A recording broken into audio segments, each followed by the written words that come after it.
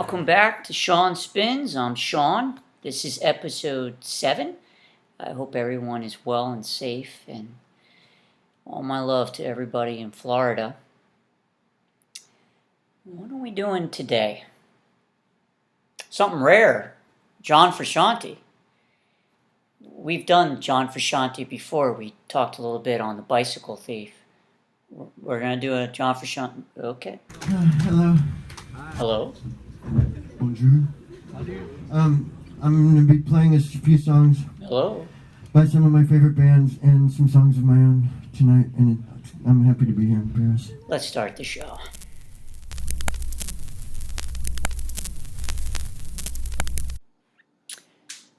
Well, when you're talking rare things from John Frusciante, one of the things I do have is a VHS copy of the Jane's Addiction movie Gift. I do not recommend this movie. It's very sad and it's very depressing. It's supposed to be just a story, but the reality is it's not far off from what was going on in the band. Now, 2 reasons I got it. I do like Jane's Addiction. However, there's a song from John Frusciante on it called Ants. Now, this song was on his first album, if you had the cassette version. I had never seen the cassette, never seen it in my life, so I had the CD. And I will tell you, it's probably one of my favorite songs ever made. We're not talking about this one, though? Alright, let's move on. So we're going to talk about John Frusciante after he rejoined the Chili Peppers. In the second solo album, I do not recommend that one. That one is very, very sad. I actually hand wrote John a letter during that time, asking him, please don't die. And I think I even said in the letter, there is a better way. You don't have to live this way in addiction. So let's start from after Californication. You get this one, To Record Only Water for 10 Days by John Frusciante. I still have a little article inside of it that my father sent me. I remember when he sent it to me in 2001, the letter said, "This seems like something you would do." I seem to break every one of these cases. Now, for me, every solo John Frusciante album leads into what the Chili Peppers will do next. This one's a little bit more electronic and different, and by the way, was way different than Californication. This one's not so rare. Let's move on. This tricky one. Oh, Tricky Blowback. This was a pain to find when it came out. Oh, it's a pain. And John does play on this. Not so rare anymore. Let's put that one aside. Now, one of the things I like to do too, this is the early stages of the worldwide internet. What I mean by that, not just being local, but John actually published an album on it. And I put this cover together for it too. And it's called From the Sounds Inside. I did a back cover too with the tracks.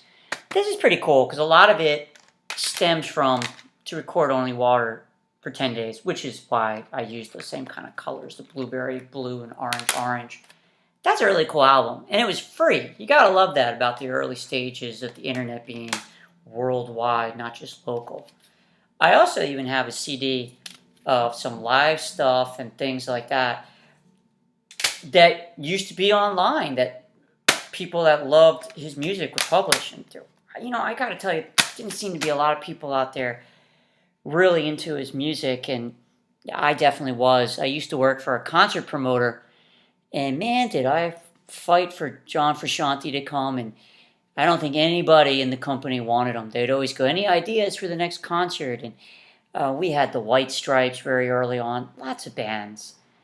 And I would always say, John Frusciante, because I knew he was doing small tours with an acoustic guitar.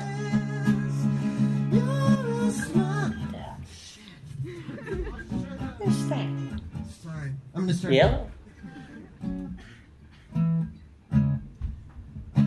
It's been so long since I felt the heat. I'll tell you, I'll do it Well, introduction since I fucked So up. let's get on to the one that's kind of rare now. So after those first couple, when John rejoined the band, his solo records, we ended up with Shadows Collide with People. And I actually do have it also on CD. So let's get into the history of that one a little bit. Now, Shadows Collide with People also came out on Warner Brothers Records in 2004. So it's about 3 years after to record Only Water for 10 Days. Totally different production. To record Only Water for 10 Days has more of a intimate feeling, almost a Daniel Johnson's feeling. Shadows Collide with People, totally different production. And a lot more people playing on it, including Josh, Chad, Flea, Omar. Much different album. Now, I wonder if Warner Brothers was expecting this one to be a big hit. Because sadly, after this, I've yet to see another John Frusciante solo album on Warner Brothers. It's back to more of an independent label. So 2 times and that was it. Let's take a look at the album itself and why is it so rare. So I had to order my copy of Shadows Collide with People in 2004 from my local record shop. I kind of remember one of the employees at the shop when I would order things from John came in one time and they were like, "You sure you want this stuff?" And as I said, not a lot of people were into John Frusciante, and I really was. At this time also, music stores didn't sell many records. It was all CDs. You'd go in, there'd just be aisles of CDs, and then aisles of used CDs. And CDs, they cost a fortune at one point, and they were spending nothing to produce them. Most of the records you would find would just be vintage. I remember buying records at that time for like a quarter. So anyways, the record came in, and here's the record. It is a gatefold. Here's the back really quick. Pretty sure that's John's writing because I've seen it before, and at one time I remember the internet actually had a font that you could have John Frusciante's handwriting. It is a gatefold. There's John and Josh. 2 sleeves in it, 2 records. There we go. This one's got John on one side. Song lyrics, again in that handwriting. This one's got the other lyrics and the breakdown. I like that the publishing company for John is Nadia Lada's music, from the first solo album. As I said, this is the first pressing on black vinyl. Now, the thing that was interesting to me, now that I see and hear how rare this record is becoming, for me, what was rare was to find the CD.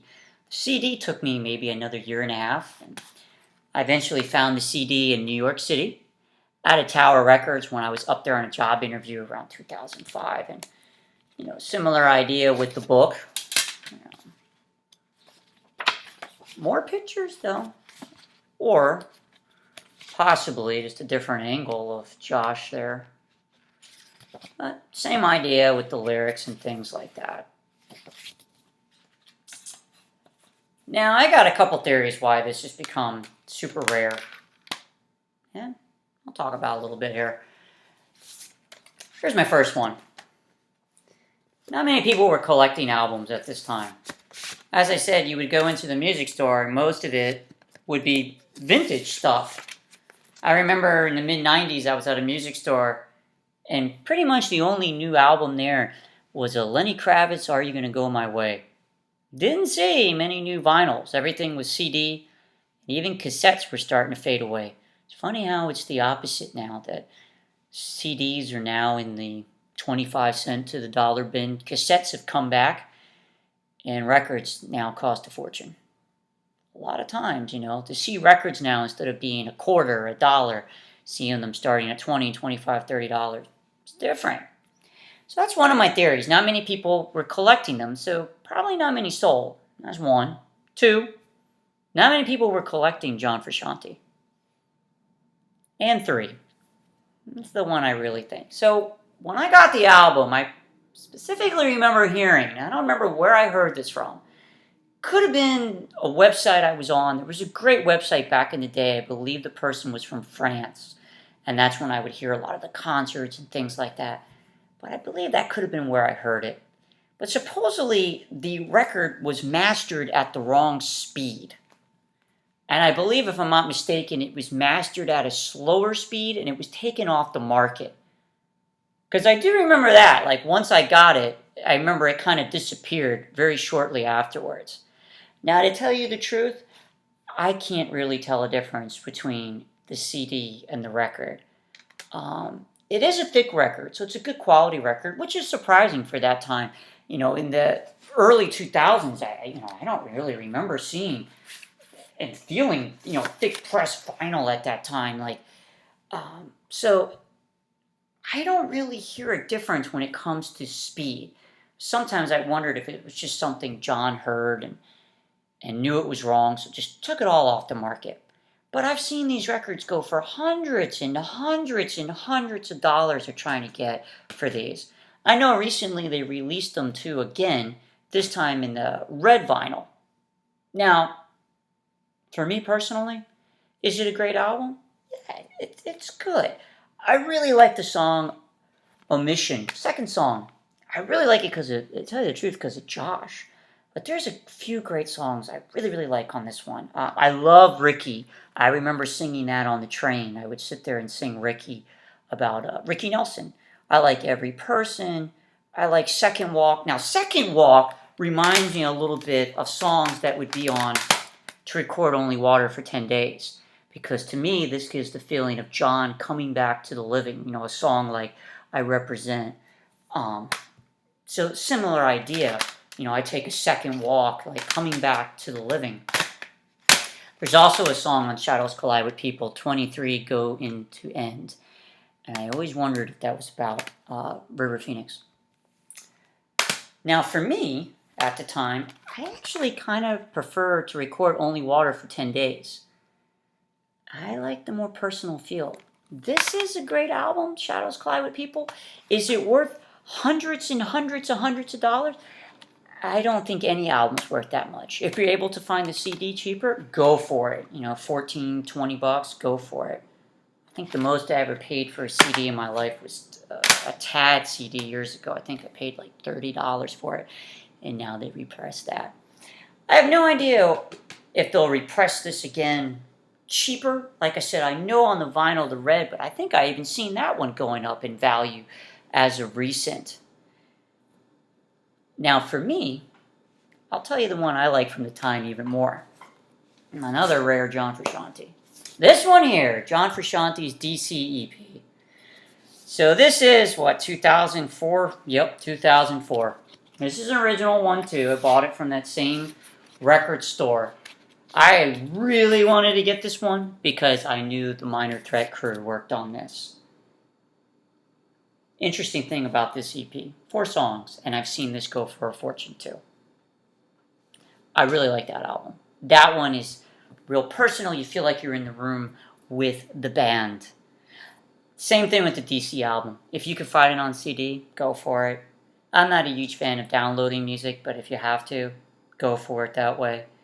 So I find it so interesting how much these albums are going for. And I never see anybody talking about Shadows Collide with People, about that mastering thing that I heard about way back in the day. So I often wonder if it was true. And sometimes I'm wondering now if it's just something Warner Brothers said just to get them off the market. Who knows? Because you don't see them.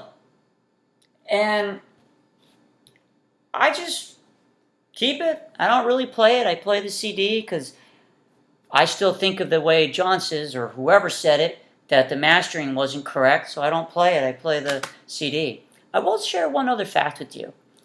During the time it came out, they also, for free, put online John and Josh playing all the songs acoustically. And somewhere I even made a CD of that back in the day. I really enjoy that. Just hearing the both of them with guitars. That is a great, great version of Shadows Collide with People. Well, I hope you enjoyed this episode, and until next time, everyone, stay safe and be well. Is everybody all right? Does everybody want me to get off stage?